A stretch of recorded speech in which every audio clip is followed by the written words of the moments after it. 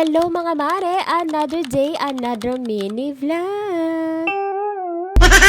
Tara, samahan niyo ako sa panibagong araw! Bibili nga lang muna ako ng almusal namin na kakainin pero hindi lahat yan ay binili ko ha. Sopas at pansit lang ang aking binili, pinakita ko lang sa inyo. Fast forward na makatapos nga makakain ng almusal ay eto na ang aking ginawa ay ang paghuhugas ng mga plato. Basa pala ang aking damit dyan kaya naghanap ako ng apron. Nakita ko nga yung apron nitong aking munting bulilit kaya ayan, isinuot ko. At nagawa ko pa ang model yarn. Pagkasuot ko nga inasikaso ko na itong aking ginagawa dito sa may lababo. Hindi ako dapat maghuhugas ng plato dahil kami ay may toka-toka at ang anak ko nakita niya napakaraming hugasan sa lababo. Sabi niya, "Ma, ikaw na lang maghugas ng plato ngayon.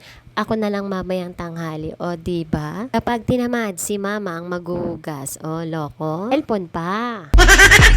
Pero okay lang naman kasi maghuhugas siya sa tanghali. Napakaswerte na ng mga kabataan ngayon. Samantalang nung araw kami ay mag-iigib pa ng tubig sa puso pa. Napakahirap kaya magbomba. Tapos ngayon yung mga kabataan maghuhugas na ng plato, gagamit na lang ng gripo. Diba? Tapos katatamarin mo pa ang paghuhugas ng plato, nasa harapan mo na yung tubig. Nung araw, bawal kami maglaro hanggat hindi namin natatapos ang mga gawaing bahay. Pero ngayon mga kabataan, kapag inutusan mo, "Ma, wait lang." Ay naku, bawal yan nung araw, bawal ang wait. Talagang utos, sunod, ganon. Alam ko marami makaka-relate dyan. O, kaway-kaway sa mga batang 90s, ang mga 40s na ngayon. I'm proud to say I am 40 years old, oh, loko. At napakarami na ring makirot sa katawang Darna ko, oo.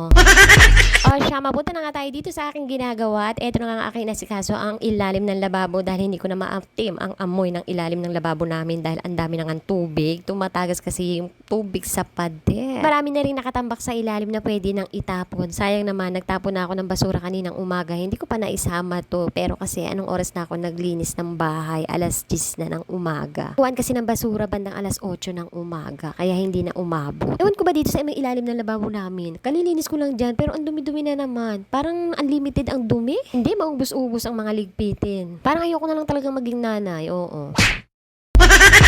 Pagkatapos ko naman maglinis sa may kusina at eto naman ang aking inasikaso kasi yung Durabox namin, hindi ko na kayang tignan. Napakarumi, oo.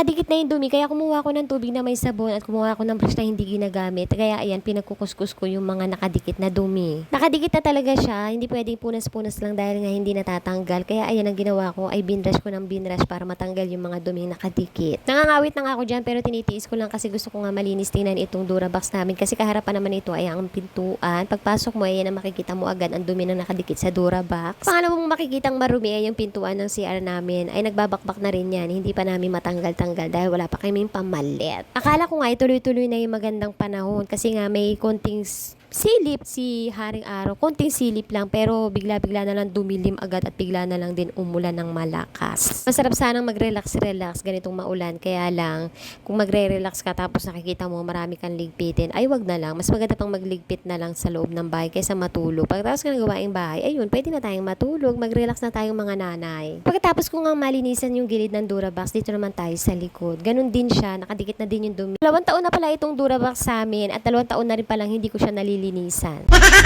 Kaya nakadikit ang dumi. O siya, natapos na rin ako dito sa Durabox at ako ay maglalaba naman mga mare. Hanggang dito na lang muna ang aking video. Salamat sa inyong panonood. God bless.